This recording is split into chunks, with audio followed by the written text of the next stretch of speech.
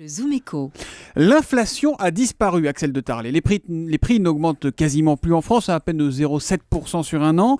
Et au lieu de s'en réjouir, c'est bien les prix qui n'augmentent pas, eh bien ça inquiète tout le monde. Expliquez-nous. Oui, c'est incroyable de se plaindre de prix qui seraient trop bas. Et il n'y a pas qu'en France.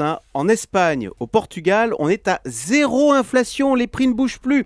Ils baissent même. En Irlande, en Grèce, ils baissent de 2%, donc c'est un rêve, imaginez, vous allez chez le boulanger, eh bien la baguette de pain est moins chère d'un jour sur l'autre. Eh bien en fait non, on nous explique que c'est un cauchemar. Pourquoi ? Alors des prix qui baissent, ça s'est passé au Japon pendant 15 ans, ils l'ont connu, ça a tué l'économie japonaise. Pourquoi ? Parce que quand les prix baissent, et qu'ils baissent durablement, que faites-vous ? Eh bien au lieu d'aller acheter une voiture ce week-end, vous attendez le mois prochain, puisqu'elle sera moins chère. Et même, pourquoi pas, attendez le mois suivant, en janvier, puisqu'elle sera encore moins chère. Et ainsi de suite. C'est toute la consommation qui est bloquée. Du coup, les entreprises ne vendent plus.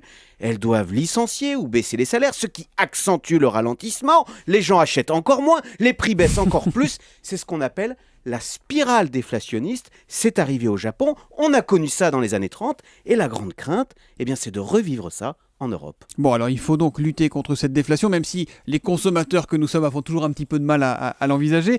Comment on fait pour éviter cette baisse des prix durable qui paralyse donc les consommateurs que nous sommes ? Alors, il est question de faire quelque chose de tout à fait extraordinaire qui dépasse l'entendement. C'était une rumeur hier sur les marchés. Il est question d'instaurer en Europe, attendez, des taux d'intérêt négatifs. C'est-à-dire que vous déposez votre argent à la banque, eh bien vous devez payer pour cela. Et à l'inverse, si vous empruntez, au lieu de devoir payer des intérêts, c'est le contraire. On vous donne une prime, on vous donne un bonus. Bon, alors, je vous rassure. C'est sérieux ça ? Oui, alors non, justement, c'est pas sérieux. Ce ne sont pas les banques commerciales qui passeraient en taux négatif.